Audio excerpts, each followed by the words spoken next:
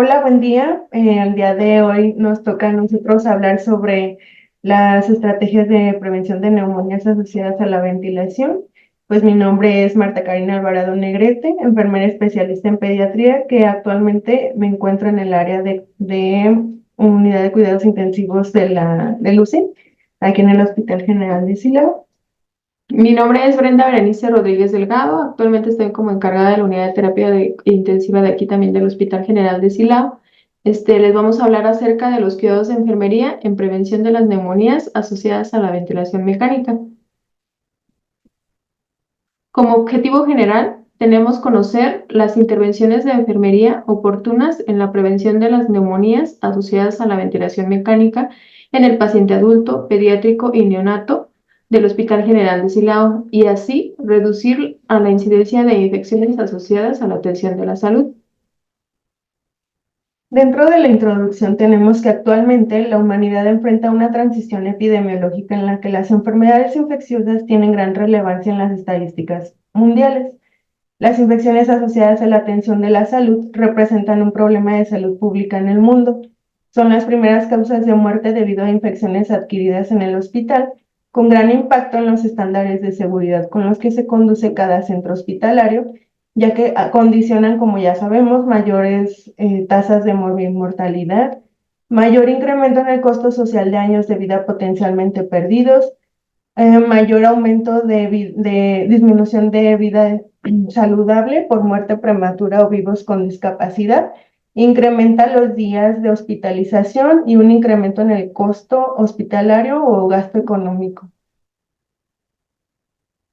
La ventilación mecánica ha sido uno de los grandes avances en la atención y sobrevida de pacientes críticamente enfermos. Sin embargo, dado que durante la intubación endotraqueal se pierden mecanismos de defensa como es la tos, ocurren microaspiraciones que conllevan el riesgo de desarrollo de una neumonía. La neumonía asociada a la ventilación se define como la infección que se produjo entre las 48 y 72 horas después de la intubación endotraqueal. Ocurre entre el 9 y el 27% de los pacientes que se encuentran ventilados.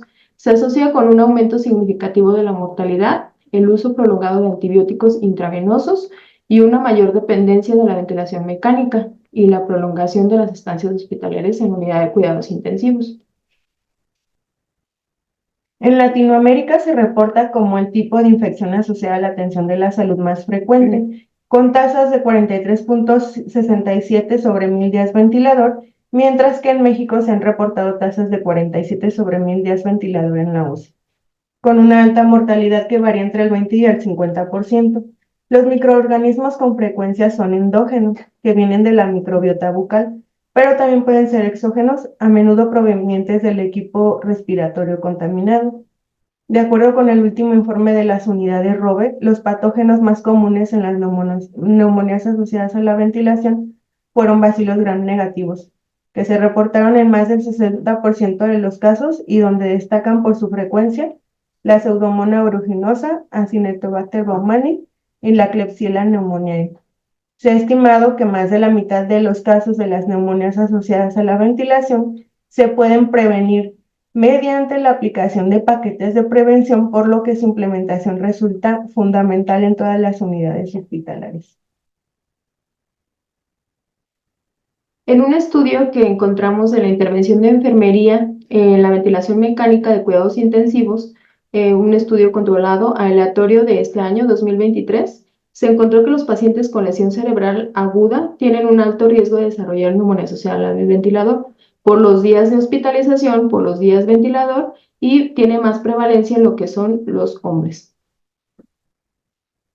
Dentro de las definiciones generales, pues tenemos que la neumonía es una infección respiratoria aguda que afecta a los pulmones, ya que se transmite generalmente por contacto directo entre personas infectadas.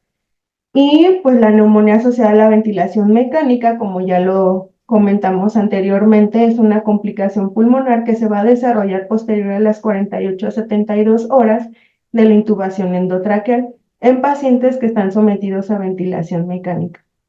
La ventilación mecánica pues es un medio de soporte invasivo que sustituye la función respiratoria, ayudando a movilizar gases dentro de los pulmones para asegurar una correcta oxigenación y ventilación.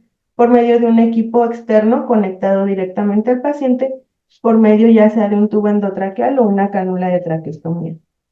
Las medidas de bioseguridad son el conjunto de normas y procedimientos que garantizan el control de los factores de riesgo, la prevención de impactos nocivos y el respeto de límites permisibles.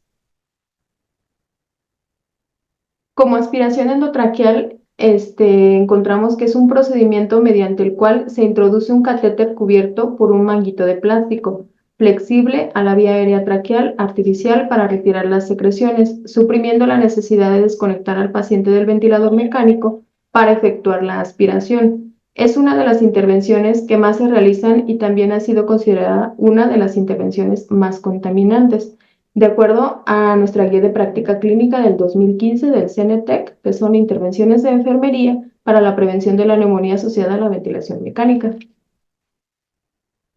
Dentro de la fisiopatología, pues como ya lo mencionamos, la neumonía asociada a la ventilación mecánica se desarrolla como consecuencia de aspiración de secreciones contaminadas con organismos patógenos que parecen adquirirse por vía endógena.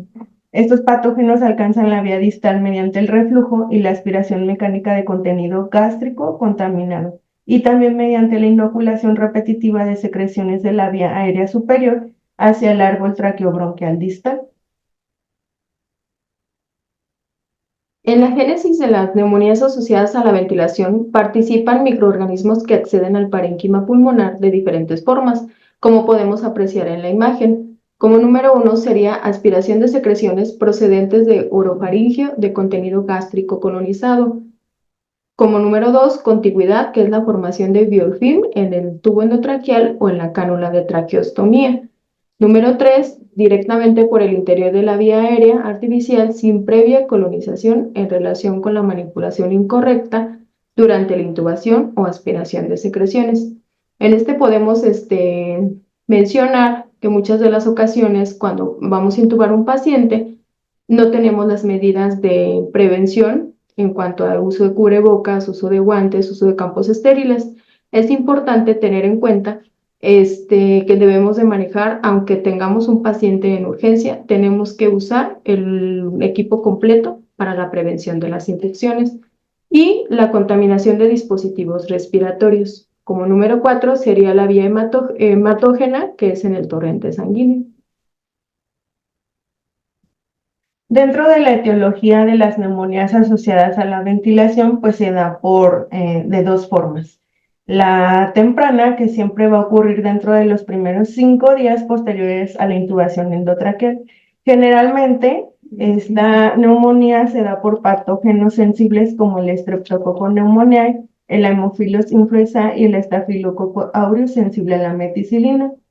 Las neumonías a la ventilación mecánica tardía surgen posterior a los 5 días de la intubación, y estas son causadas por bacterias gram negativas multiresistentes como el Staphylococcus aureus, resistente a la meticilina, el Acinetobacter, la Pseudomonas aeruginosa, y también puede ser causada por patógenos fúngicos y virales, que tiene una contribución baja, pero tienden a ocurrir en huéspedes que están inmunodeprimidos. La neumonía representa la respuesta inflamatoria del huésped a la multiplicación de los microorganismos en la vía aérea distal. Dado que los agentes infecciosos tienen la capacidad de replicarse, un simple microorganismo en ausencia de mecanismos de defensa podría teóricamente llenar el pulmón, aunque afortunadamente esto se ha provisto de mecanismos de defensa eficaces, y cuando las bacterias alcanzan los alveolos, se ponen en marcha mecanismos celulares, que son los macrófagos alveolares, linfocitos y neutrófilos, los cuales pueden inactivar o destruir los patógenos invasores, distinguiéndose así 6 etapas. La etapa número 1 es reconocimiento microbiano para fagocitosis. Número 2, destrucción intracelular de microbios. 3 y 4 es activación de linfocitos y macrófagos. 5, una reacción inflamatoria. Y número 6, pues sería la respuesta inmunológica. Para diagnosticar la neumonía asociada a la ventilación tenemos criterios clínicos, los cuales nos hablan de criterios mayores y criterios menores. Dentro de los criterios mayores, tenemos la fiebre mayor a 38,2 grados centígrados, un aumento en las secreciones traqueobronquiales o que estas secreciones sean purulentas e infiltrados pulmonares en las radiografías de control, en las tomografías de tórax, y uno o más de los criterios menores, que serían criterios pues ya del laboratorio o del FIO2, como leucocitosis mayor a 12,000, leucopenia menor a 4,000, hipoxemia, una relación PAFI menor a 250 en un paciente agudo, un aumento del 10% del FIO2 respecto a la previa e inestabilidad hemodinámica. Se podría decir que son los criterios con los que nos conducimos para diagnosticar una neumonía asociada a la ventilación, y esto es de acuerdo a los criterios de la Facultad de Ciencias de la Discapacidad, Atención Prehospitalaria y Desastres de la Universidad Central de Ecuador, que no difieren con la guía de práctica clínica de aquí de México. En cuanto a los criterios diagnósticos para niños menores de 1 año y mayores de 12 años, y menores de 12 años, perdón, encontramos que es la fiebre mayor de 38 o hipotermia menos de 36,5, leucopenia menos de 4,000 y leucocitos mayor de 12,000. Secreciones purulentas, cambio en las características de las secreciones, aumento en la fiebre de necesidad, de la frecuencia de la necesidad de la aspiración de secreciones, deterioro del intercambio gaseoso, en este caso de saturación, incremento en la necesidad de oxígeno, incremento en las necesidades de soporte ventilatorio y en la presencia de un infiltrado nuevo, ya sea persistente o progresivo. Dentro de las intervenciones de enfermería, como ya lo sabemos, una implementación de pautas de control de infecciones podría reducir significativamente la incidencia de la neumonía asociada a la ventilación y sus indicadores diagnósticos en pacientes ingresados en la UCI. La mayoría de los estudios siempre concuerdan y aterrizan en el mismo punto, que la principal forma de prevenir las infecciones de la atención de infecciones asociadas a la salud siempre va a ser el lavado de manos, la higiene de manos en los 5 momentos, como lo establece la OMS. La mayoría de los documentos de los estudios siempre recaen en este punto número 1, que es el más importante, el lavado de manos siempre. Es el principal cuidado que debemos de realizar, no solamente en la unidad de cuidados intensivos, sino en todas las unidades del hospital de aquí donde trabajamos, que es Hospital General Silao. De acuerdo a la Asociación Mexicana para el Estudio de las Infecciones Nosocomiales, en un estudio de control de infecciones de epidemiología hospitalaria de la ciudad de Cambridge, donde se mencionaron las estrategias para la prevención de las neumonías asociadas a la ventilación, en eventos asociados a la ventilación y la neumonía y no asociados a la ventilación del año del 2022, encontramos ciertas prácticas de las cuales son de un alto nivel de evidencia.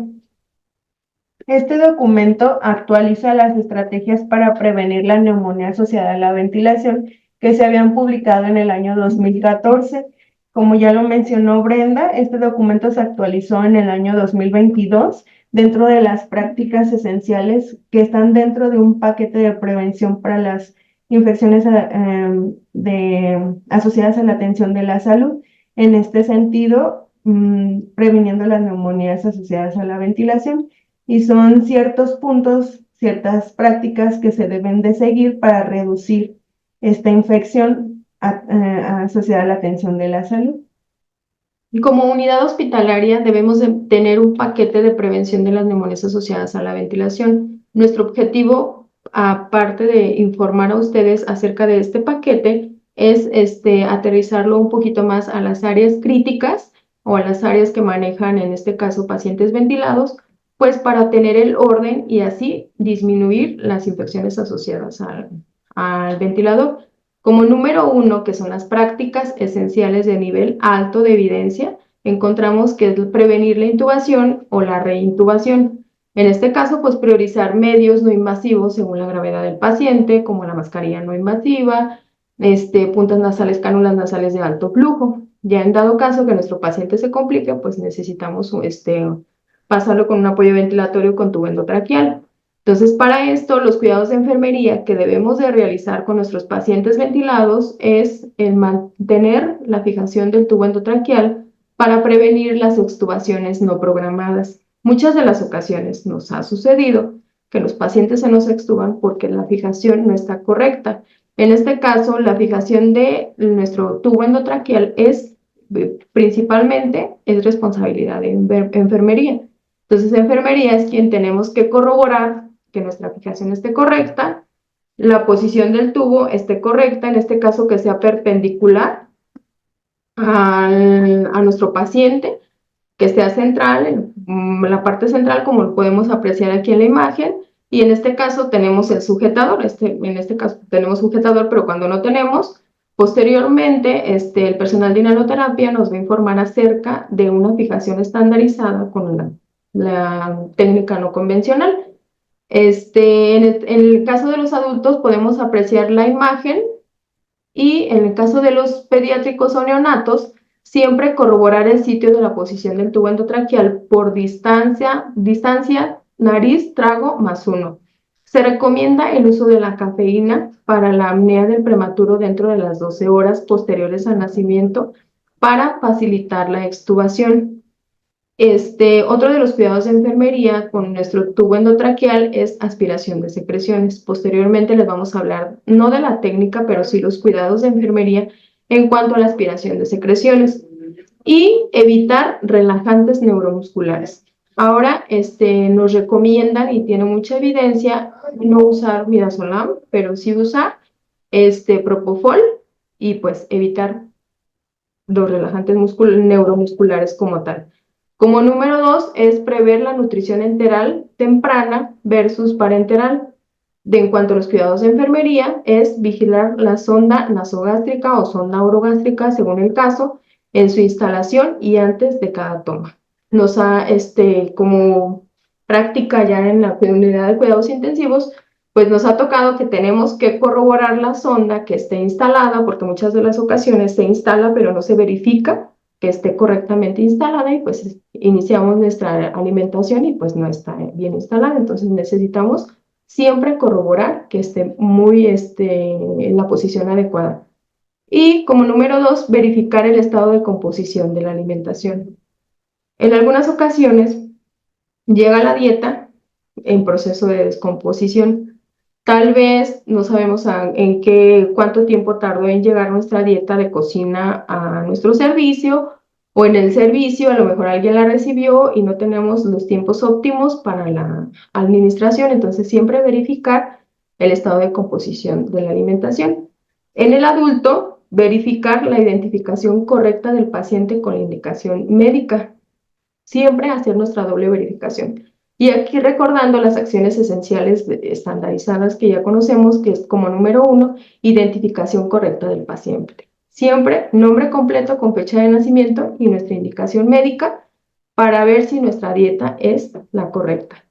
En el pediátrico es manejo adecuado de sucedáneo estandarizado por código de sucedáneos. Igual en el área de pediatría, los que trabajan en el área de pediatría, pues ya conocen su código de sucedáneos para apegarse a esta regla. En el neonato, verificar la caducidad y adecuado manejo de la leche humana. En este caso, pues ya sabemos que con el personal de raque de lactario, pues ya conocemos cuáles son los cuidados que tenemos que tener con la leche, ya sea materna o la extracción de leche o la fórmula. Dentro del punto número 1, como lo mencionó Brenda, hablando sobre la intubación, evitar la intubación o la reintubación, nos hablaba sobre la técnica, sobre la aspiración de secreciones.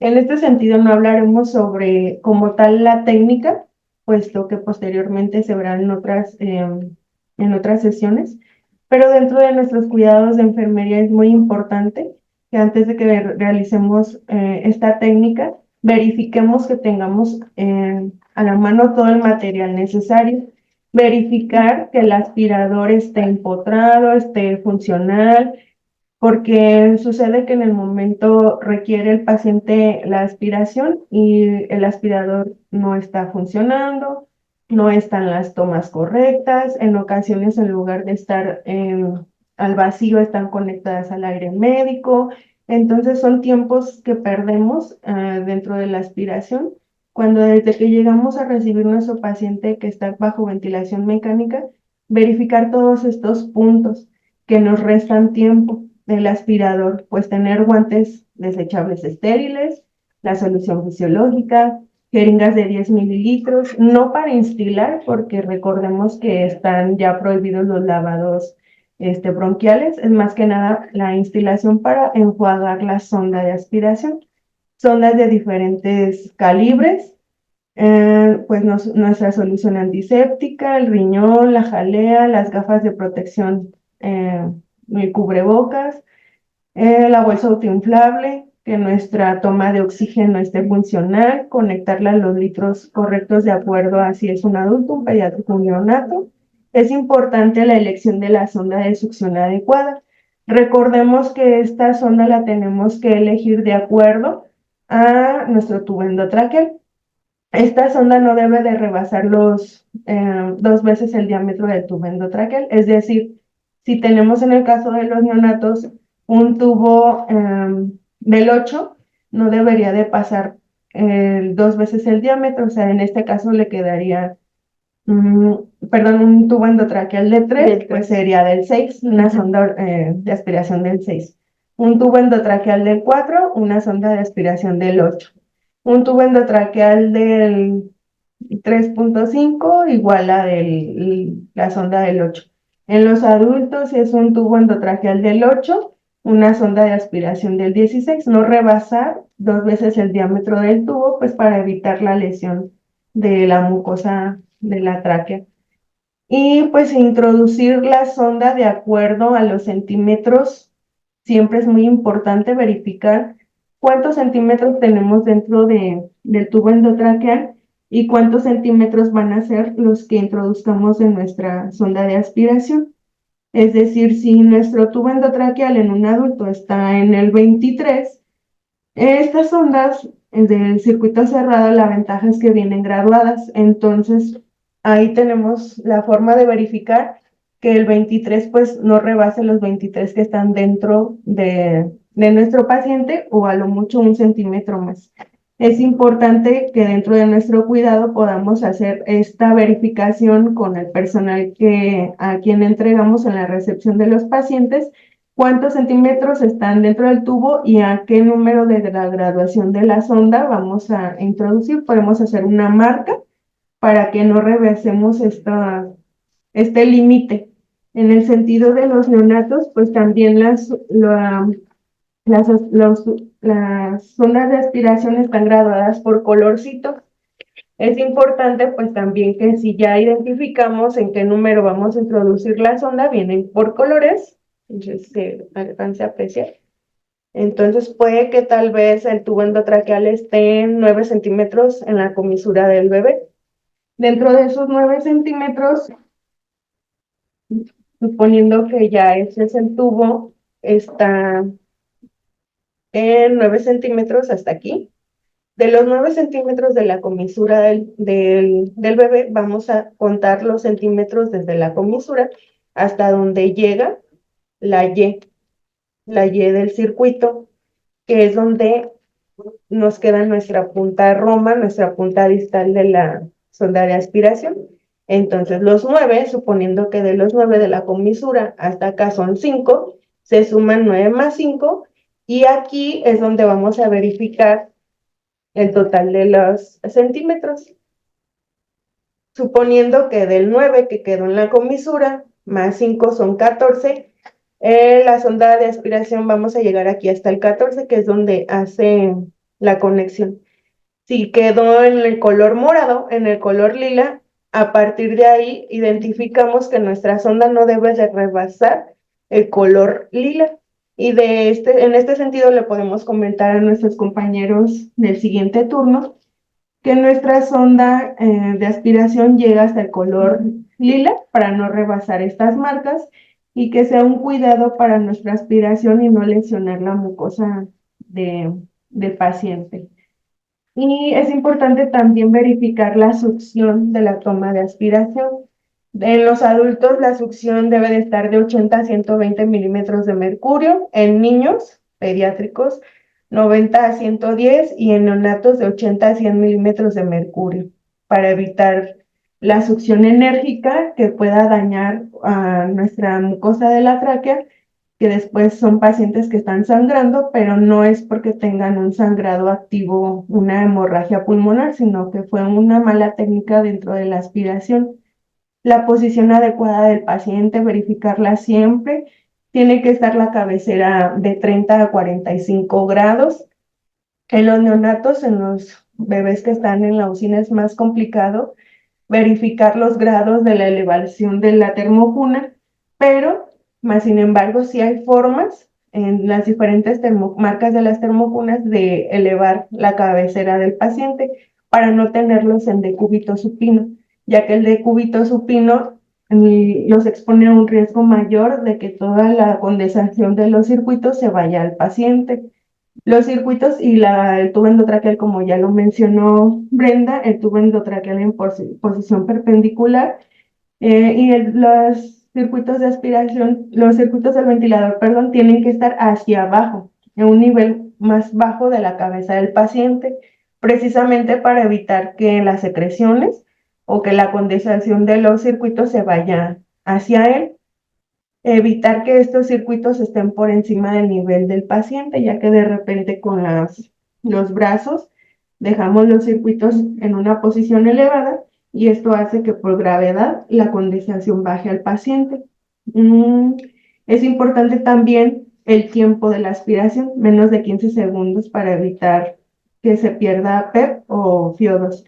Y siempre, siempre importante monitorear la coloración del paciente, la saturación, los sonidos respiratorios, la frecuencia respiratoria y las características de las secreciones. Si realizamos este procedimiento, siempre voltear al monitor y esperar a que el paciente se recupere. No que si está en 60, en 50, en 40, seguimos y seguimos y seguimos aspirando. No, esperemos a que se recupere y posteriormente volvemos a hacer la aspiración si es necesario. Ok.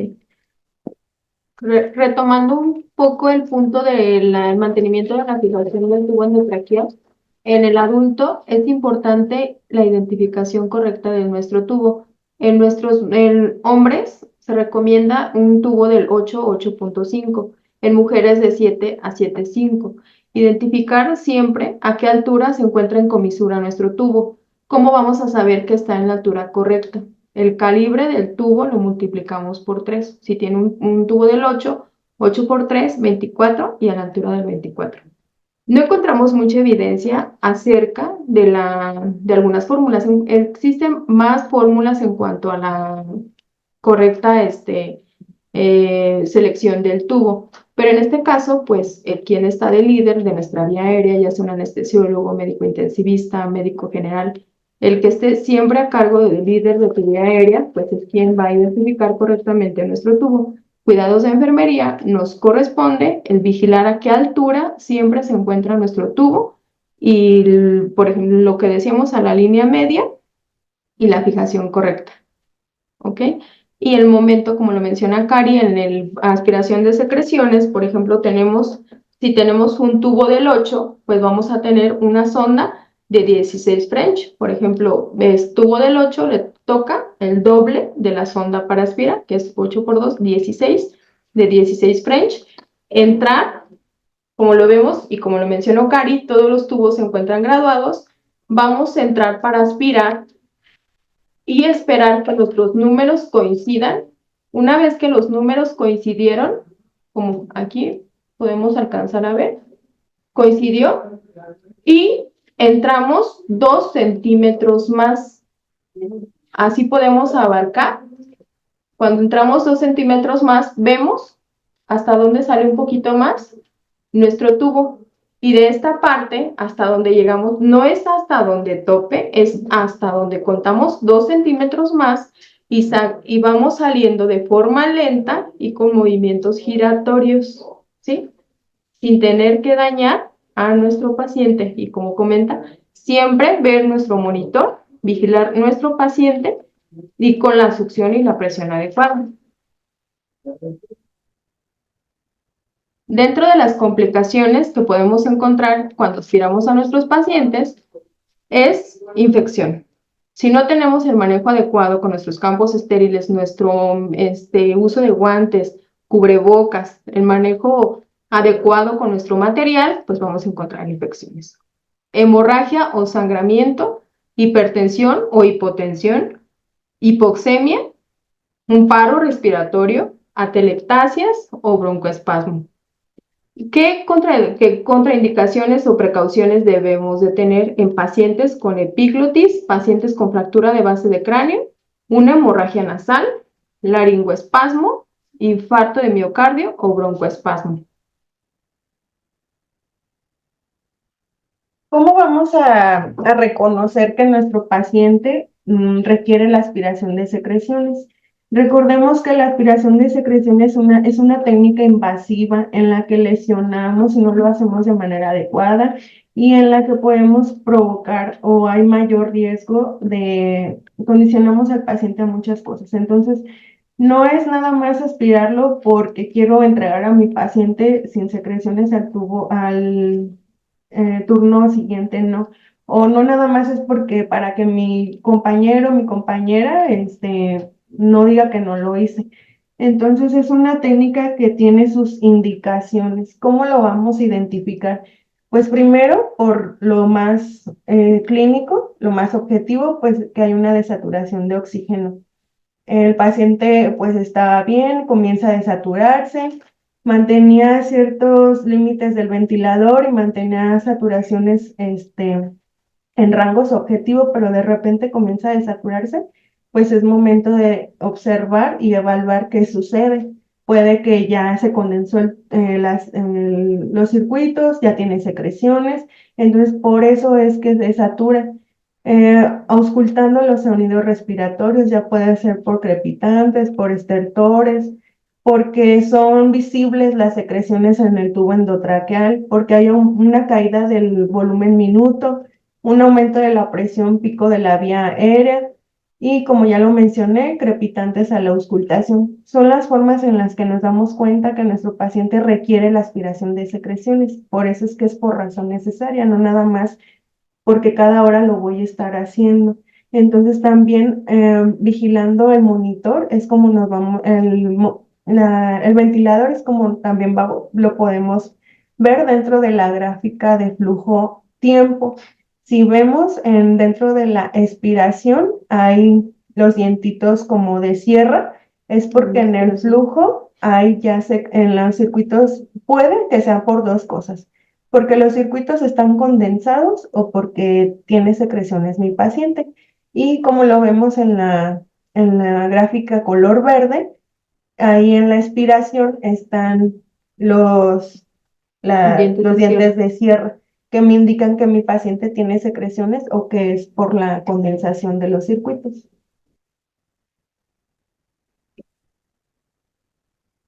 Igual también en el ventilador, en los bucles, podemos apreciar dentro del volumen presión, que en el flujo tiempo también vemos la forma como de un pingüinito o de los dientitos de sierra, donde ya nos indica que nuestro paciente tiene secreciones. No es como un bucle normal.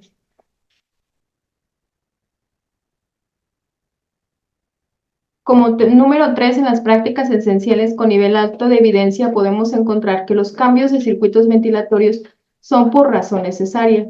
No tienen un horario específico, se cambian solamente cuando se ve que están sucios, contaminados o perforados. En este caso, en algunas circunstancias. En el paciente adulto manejamos los ventiladores Drager, en el paciente neonato manejamos los Vela. Por tal motivo, ambos usamos los mismos circuitos que son los Evacua, que son de doble rama calefactora.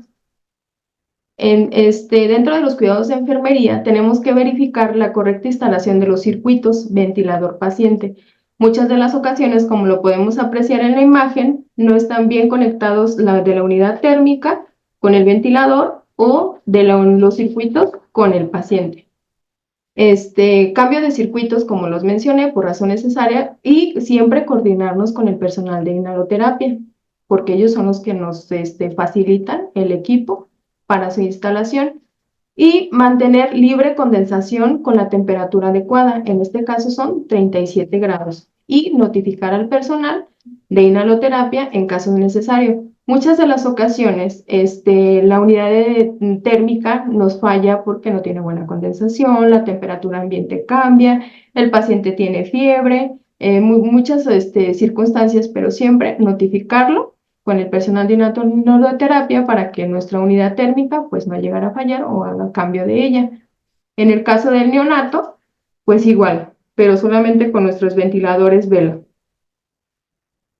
Como podemos apreciar en la imagen, del lado derecho, podemos ver en el adulto y el pediátrico. En el adulto, aquí podemos ver los evacuados que son de doble rama calefactora que duran 14 días, la instalación correcta. Como mencionó Cari, la caída que tiene que ser a gravedad para evitar la condensación en la parte del circuito cerrado con el tubo endotraqueal. Ya mencionamos, la condensación es muy importante, ya que estas le dicen las aguas danzarinas, son las que al momento de levantar a nuestro paciente o recolocar la posición de nuestro paciente, esta agüita se va a nuestro paciente y es lo que nos provoca nuestras neumonías asociadas a la ventilación. En este caso, aquí podemos apreciar una adecuada posición porque nuestro paciente está a entre 30 y 45 grados. El tubo está de forma central, los circuitos se encuentran a derivación, no tiene condensación de agua, aquí los circuitos, y en el caso del pediátrico, perdón por la imagen, pero en el caso del pediátrico, pues igual, tiene que ser de forma perpendicular hacia tu paciente, los circuitos a derivación. En este caso es una foto cuando el paciente de pediátrico ya estaba en traslado, ¿verdad? O sea, no es una posición que tengamos con el paciente en la unidad de cuidados intensivos, el paciente ya se iba de traslado. ¿Qué pasa cuando no tenemos circuitos de doble rama?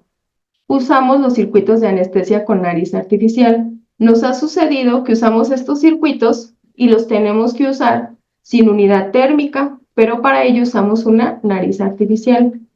La nariz artificial se debe cambiar por razón necesaria, no por turno, por razón necesaria. ¿Qué pasa? Se condensa, se infecta, se ve partículas diminutas cuando los pacientes tosen, las secreciones se vienen de retorno y nos contaminan nuestra nariz artificial. Por este motivo, debemos de cambiarla y siempre vigilar que nuestra nariz esté funcional. Otra circunstancia que nos ha pasado con la nariz artificial son las nebulizaciones. Teníamos muchas discusiones que dónde va nuestro circuito para nebulizar, si adelante o atrás. Obviamente tiene que ser delante, sino pues las nebulizaciones están nebulizando la nariz artificial. Entonces colocamos nuestras nebulizaciones y pues sí, esa es parte de nuestras funciones, vigilar e instalar y administrar correctamente nuestras nebulizaciones hacia nuestro paciente. Volvemos a mencionar correcta instalación de nuestro tubo endotraqueal, nuestra fijación correcta, línea en forma perpendicular hacia nuestro paciente y evitar siempre la condensación de las secreciones, estar aspirando constantemente estas secreciones porque con estos circuitos de anestesia se condensan aún más, ¿sí? Y corroborar, como lo menciona la compañera, pues siempre nuestra gráfica de flujo, los dientes de sierra en la parte de expiración. Como punto importante nada más para hacer mención sobre la imagen del neonato que se encuentra con nariz artificial, pues ya tiene tiempo la fotografía cuando no contábamos con circuitos evacua. Actualmente el personal de inhaloterapia pues se encarga de gestionar que las áreas pediátricas y neonatales tengan este insumo que son los evacua, entonces se les da mucha prioridad a las áreas pediátricas para tener este tipo de circuitos y actualmente pues no utilizamos la nariz artificial, solamente Cuando no tenemos. solamente cuando hay desabasto y pues ya pero actualmente sí son los circuitos de vagua.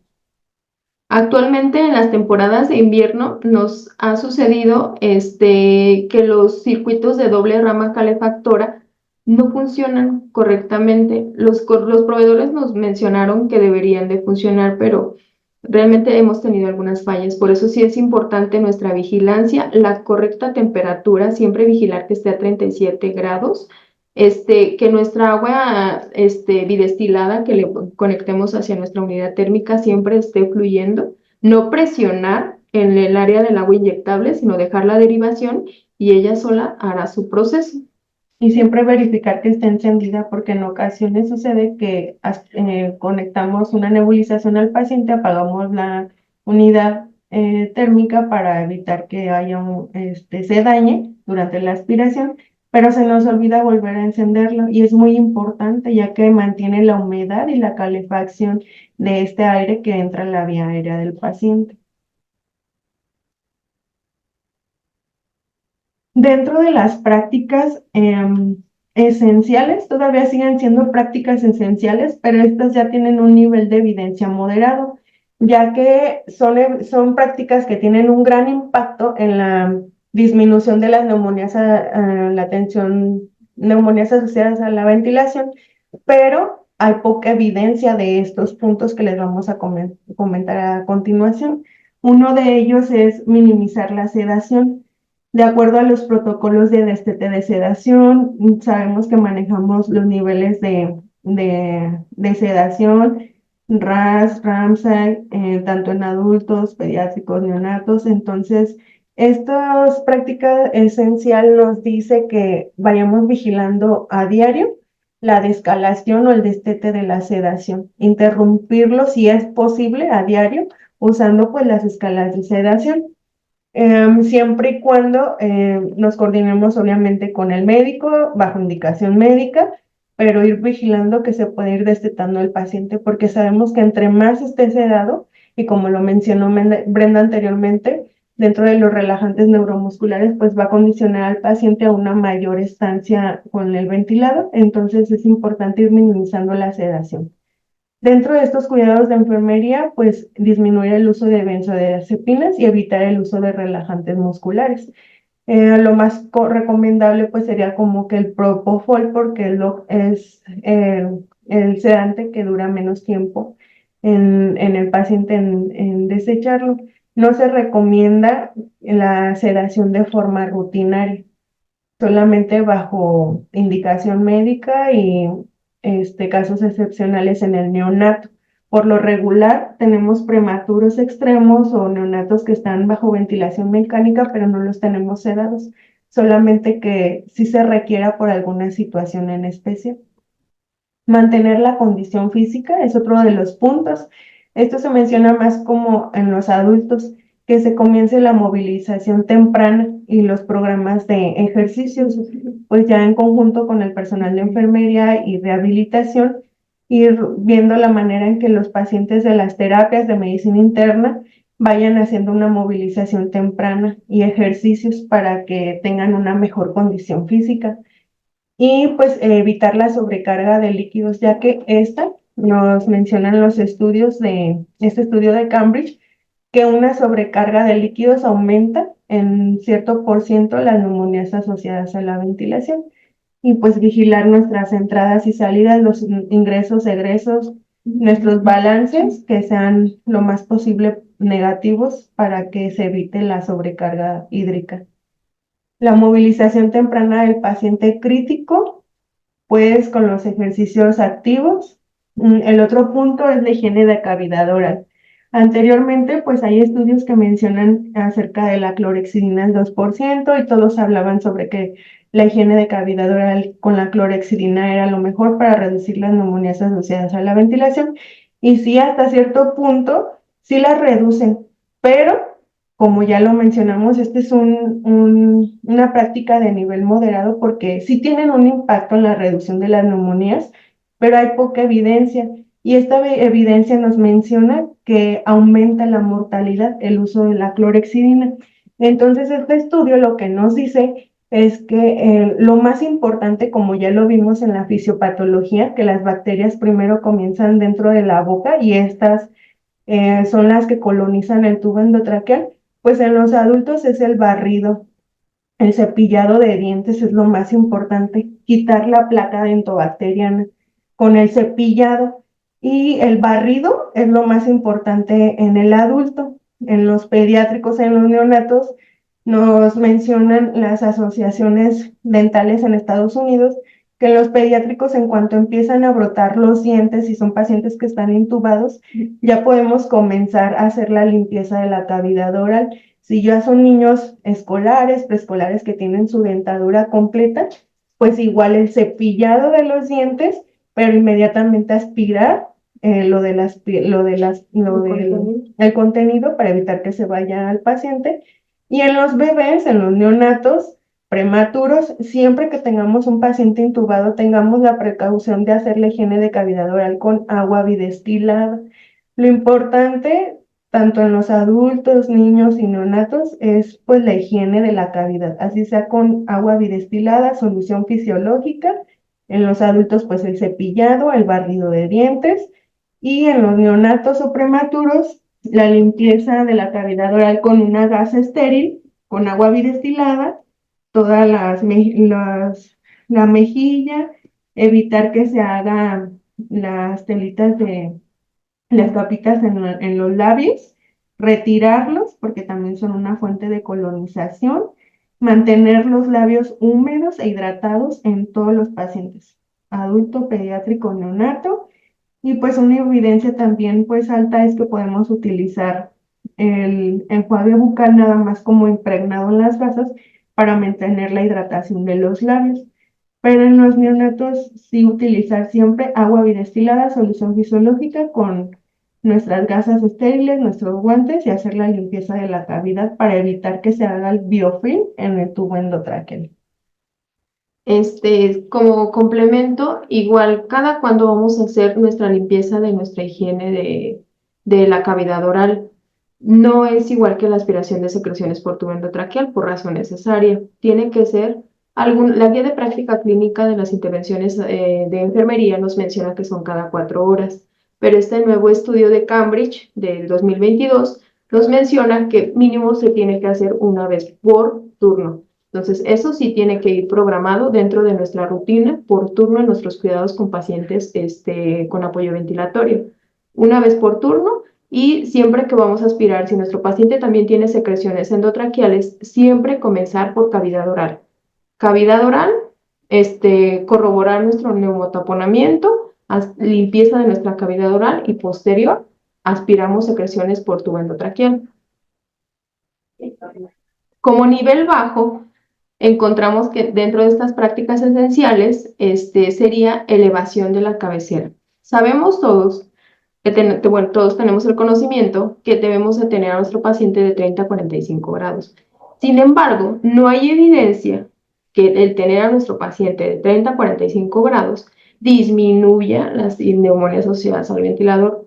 Claro que es un complemento con una aspiración de secreciones adecuada, un tubo endotraqueal adecuado, que de nada nos va a servir tener a nuestro paciente a 45 grados si no lo aspiramos, si no aspiramos nuestra condensación del agua, si no nos lavamos las manos o simplemente si no estamos haciendo nuestro trabajo. Dentro de los cuidados sería pues mantener la posición como les menciono en los adultos, vigilar la presión que ejerce también en el coxis, porque por ejemplo cuando tenemos a los pacientes más de 2 horas, 3, 4 horas en posición a los 30, en la misma posición a 30 grados, 45 grados, pues la presión se ejerce más en el coxis y aumentamos el riesgo de una lesión por presión. Entonces sí es muy importante estar movilizando a nuestros pacientes y pues sí mantenerlos la mayoría de tiempo entre 30 y 45 grados. En el caso del neonato, evitar la posición en decúbito lateral, siempre respetando la línea media. Dentro de las prácticas, como ya lo mencionamos, las más importantes que no se nos deben de pasar son las primeras que ya mencionamos de las prácticas esenciales, pero son 3 tipos de prácticas que tenemos que realizar con nuestros pacientes. Estas prácticas son adicionales Estas prácticas sí disminuyen los días de estancia hospitalaria, también disminuyen la mortalidad, pero estas conllevan un riesgo tanto para el adulto pediátrico y el neonato. Por eso es que son prácticas adicionales que nos disminuyen neumonías, disminuyen estancia hospitalaria y la mortalidad, pero llevan un riesgo. Y hay mayor evidencia en población adulta y los datos son muy limitados en los niños neonatos y mucho más en los prematuros. Dentro de estas prácticas adicionales está la descontaminación selectiva de la orofaringe, perdón, y del tubo digestivo. Estos cuidados, la verdad es que no serían tan recomendables y no se llevarían muy a cabo aquí en nuestro hospital, pero es importante pues llevarlos a cabo, ya que la descontaminación selectiva del orofaringe sería más como en hospitales donde hay una menor incidencia de resistencia a las bacterias.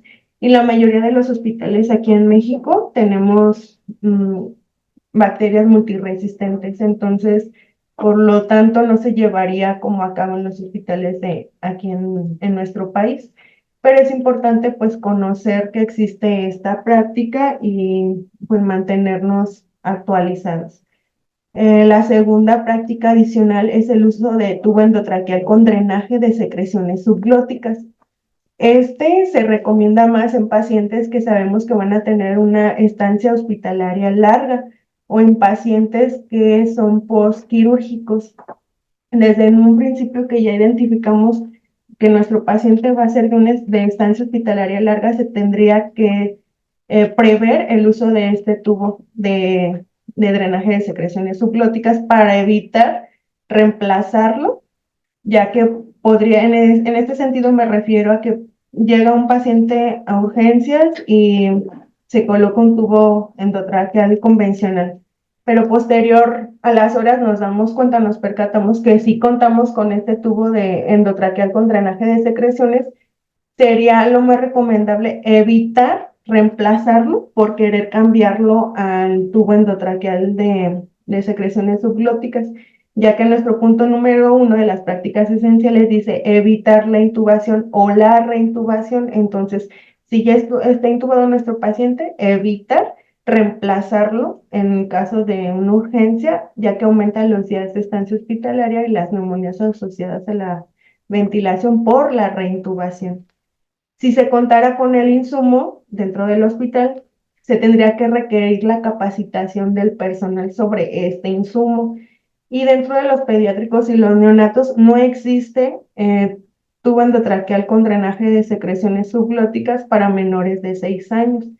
Ya creo que el calibre mayor es de 6 French, entonces no hay para y no se recomienda en niños y neonatos. El tercer punto, como ya lo mencionaba, que lleva un riesgo es la traqueostomía temprana, antes de los 7 días post-intubación. Aquí pues se tendría que evaluar realmente la condición del paciente y si se prevé que puede realizarse la traqueostomía antes de que cumplan los 7 días post-intubación, es una práctica adicional que sí disminuye la estancia hospitalaria, sí disminuye la mortalidad y las neumonías asociadas a la ventilación, una traqueostomía temprana, pero como ya lo mencioné, conlleva un riesgo. Y pues estos riesgos, pues la decanulación, el que el personal no tenga como la capacitación adecuada en el manejo de estos pacientes, siempre van a conllevar un riesgo. Entonces, por eso es una práctica adicional. Y como ya lo mencionaba, pues hay que realizar higiene del periostomal, evitar la decanulación, la aspiración de secreciones con técnica cerrada o abierta, utilizando barrera máxima. Hay un mayor riesgo de complicaciones con los pacientes pediátricos y sí disminuye la neumonía asociada a la ventilación en un 40%, pero no hay relevancia tanto en la mortalidad.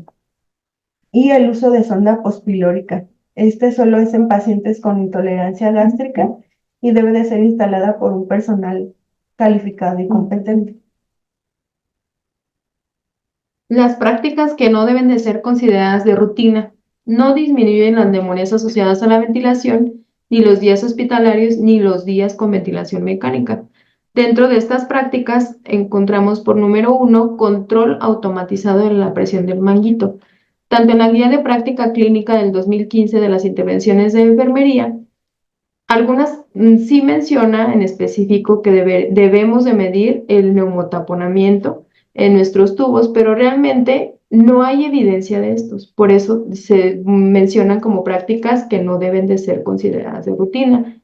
Sin embargo, nosotros recomendamos que se use esta práctica solo en valoración inicial por turno para el momento que verifiquemos que nuestro tubo esté en la posición adecuada, que esté en el número adecuado a la altura de la comisura de la boca, pues en este momento podemos corroborarlo.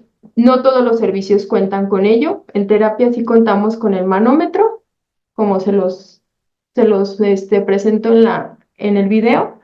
Sí contamos con este manómetro, entonces esperemos si lo utilizan, pues aquí lo tenemos disponible.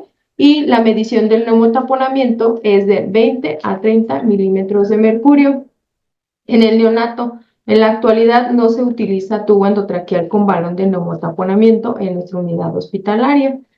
Como número 2 sería el uso de probióticos, pues no se recomienda porque pueden causar bacteremias. 3, higiene con clorexidina. Ya les mencionaba Cari que el uso de clorexidina aumenta el riesgo de mortalidad. 4, tubo endotraqueal con cubierta de plata. Realmente ni los conocemos en el hospital, así que pues solo porque nos lo mencionan en el estudio y pues son prácticas no consideradas. Disminuyen las tasas de neumonía asociada a la ventilación solamente en un 36% y no se observa impacto en los días de estancia hospitalaria ni en la mortalidad. Y como número 5, pues la posición prono. Es solamente disminuye las tasas de mortalidad con síndrome de distrés respiratorio agudo, moderado o grave y se utiliza con motivos pues distintos a la prevención de la neumonía asociada a la ventilación, como en los casos que teníamos en la de COVID. Prácticas que realmente no se recomiendan en la prevención de las neumonías asociadas a la ventilación son 3 puntos. 1, la profilaxis de úlceras por estrés. Esta profilaxis la vemos más en pacientes adultos de la terapia. Dentro del FAST-HU, pues sí lo menciona, pero en el sentido de la reducción de la neumonía asociada a la ventilación no tiene un impacto. Tiene un impacto sobre otras situaciones, pero nuestro tema de enfoque es la neumonía asociada a la ventilación. Entonces, dentro de esto no hay un impacto que nos diga que la profilaxis de úlceras por estrés nos va a disminuir las neumonías. Y en el neonato prematuro, los antagonistas H2 como la ranitidina tienen un mayor riesgo de mortalidad y de complicaciones, así es que pues realmente ni siquiera se utiliza. El segundo es monitorizar el volumen de residuo gástrico. No se utiliza y no se recomienda medir el residuo gástrico de rutina. Solo se debe de vigilar o detectar la presencia de vómito o regurgitación. Recordemos que el hacer esta práctica también dañamos la mucosa gástrica, entonces no la debemos son prácticas que no se deben de recomendar y no se deben de llevar a cabo de rutina. Solamente, como ya lo mencioné, vigilar si son pacientes que llegan a tener presencia de vómito o regurgitación, por lo que ya vimos que las microaspiraciones son la principal causa de la neumonía asociada a la ventilación. Es en ese sentido que se menciona.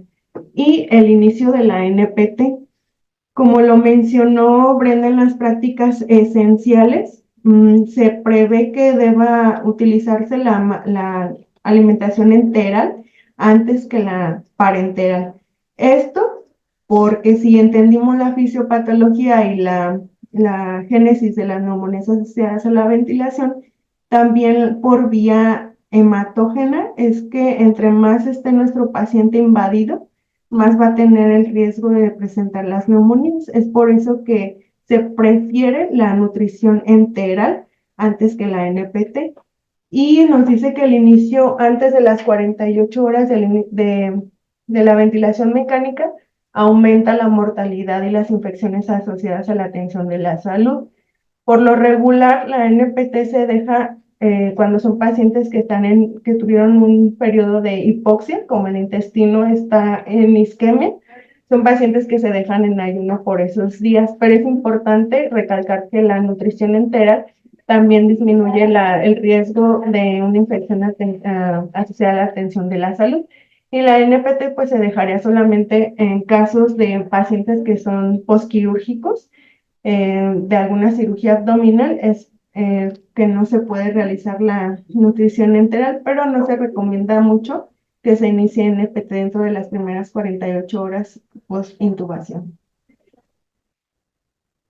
Pues continuando, y terminando con este estudio que encontramos de acuerdo al paquete de la prevención de las neumonías asociadas a la ventilación, pues ya les mencionamos algunas. ¿Cuáles son las más recomendables? Es parte de nosotros y es fundamental que nuestros cuidados sean integrales para prevención de estas neumonías asociadas a la ventilación. Por tal, pues iniciamos con nuestro proceso de enfermero, el cual nos caracteriza por la presencia y el profesionalismo que presentamos, lo cual tenemos varios medios para hacer esta valoración, que todos lo conocemos, tal vez algunos no lo plasmamos como tal, un proceso de enfermero, pero realizamos el procedimiento como el examen físico, como número 1 al inicio de nuestro turno, al inicio que ingresa nuestro paciente, ya sea nuestro examen cefalocaudal o por sistemas, en lo particular en la unidad de terapia intensiva con nosotros lo manejamos por sistemas. Examen de parámetros ventilatorios, verificar nuestro ventilador, los cuidados que ya les mencionamos, historia clínica. Algunos pacientes, los que no se encuentran sedados, pues si vamos, los entrevistamos, todas las patologías asociadas con la sintomatología que presentan en el momento, nos vamos con el expediente clínico y pues la visita de nuestros familiares es fundamental para ofrecernos la información que tal vez el paciente en el momento se le olvidó o que el paciente no está consciente para facilitarnos esa información. Como número 4 sería reconocer la gravedad de estos signos o síntomas que nos inducen a pensar que la ventilación no se está realizando correctamente y así identificar la causa y poner el remedio lo antes posible. Estamos trabajando con una situación que tenemos, por ejemplo, en la unidad de terapia intensiva, manejar los días, en qué momentos vamos a identificar un aspirado bronquial, en qué momento vamos a tomar, perdón, un aspirado bronquial con nuestro paciente ventilado para así prever y estar alerta en qué momento podemos identificar la neumonía asociada a la ventilación según nuestra guía de práctica clínica. Como número 5 es aplicar los diagnósticos enfermeros según la NANDA, que posteriormente se los vamos a mencionar.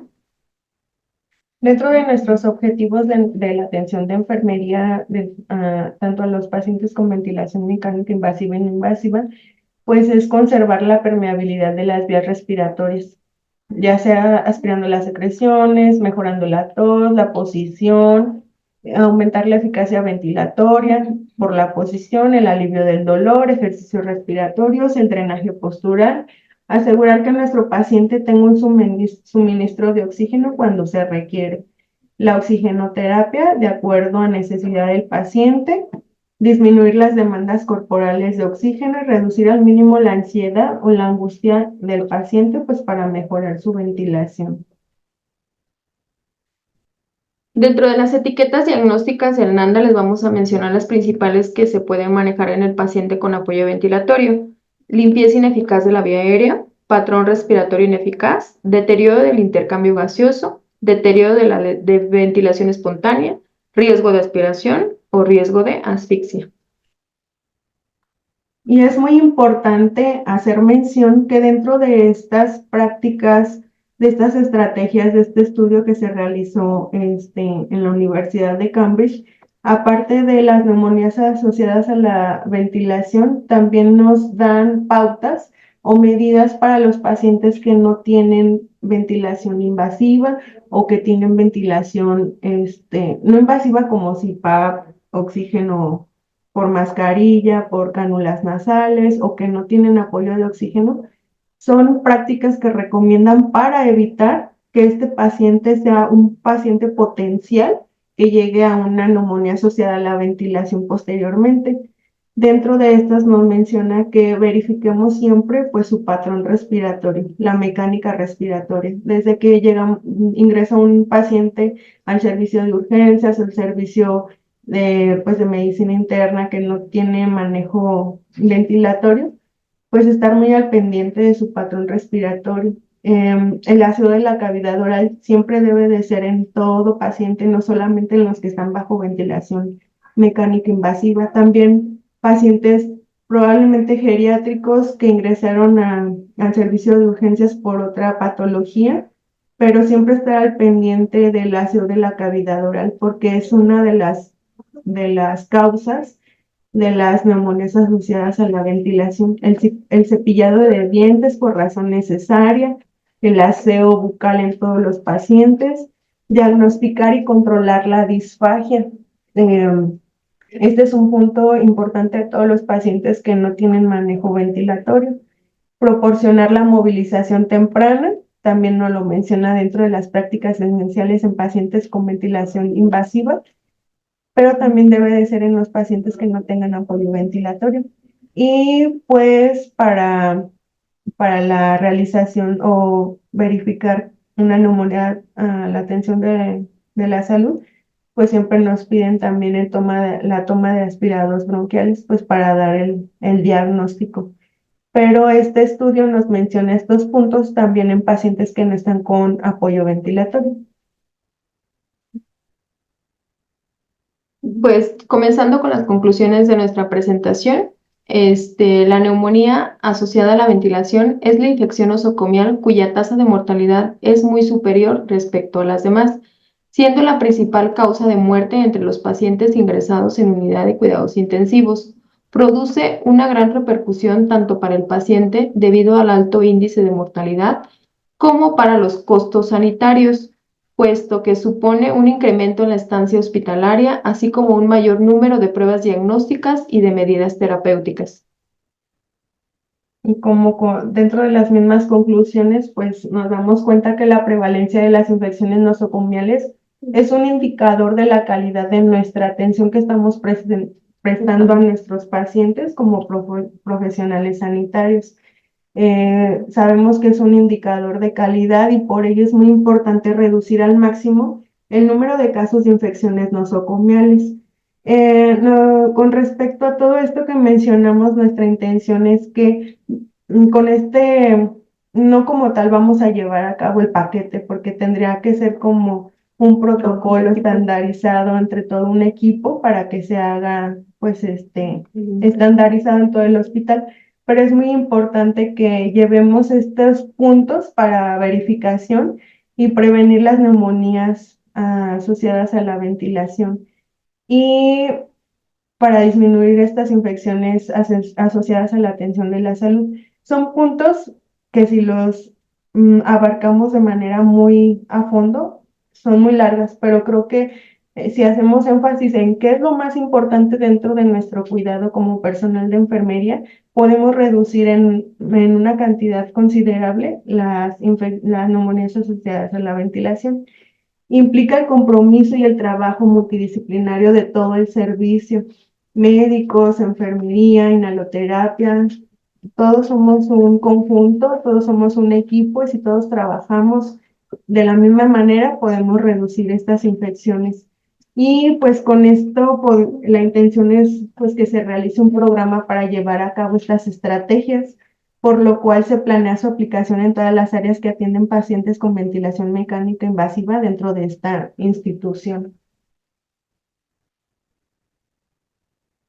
Pues muchas gracias por su atención. Mientras tanto, los dejamos con esta frase. Nos pareció muy interesante y creo que habla de la esencia que somos nosotros, que somos enfermeros y unos grandes profesionales. La observación indica cómo está el paciente. La reflexión indica qué hay que hacer. La destreza practica e indica cómo hay que hacerlo. La formación y la experiencia son necesarias para saber cómo observar y qué observar, cómo pensar y qué pensar. Flores Nightingale. Gracias.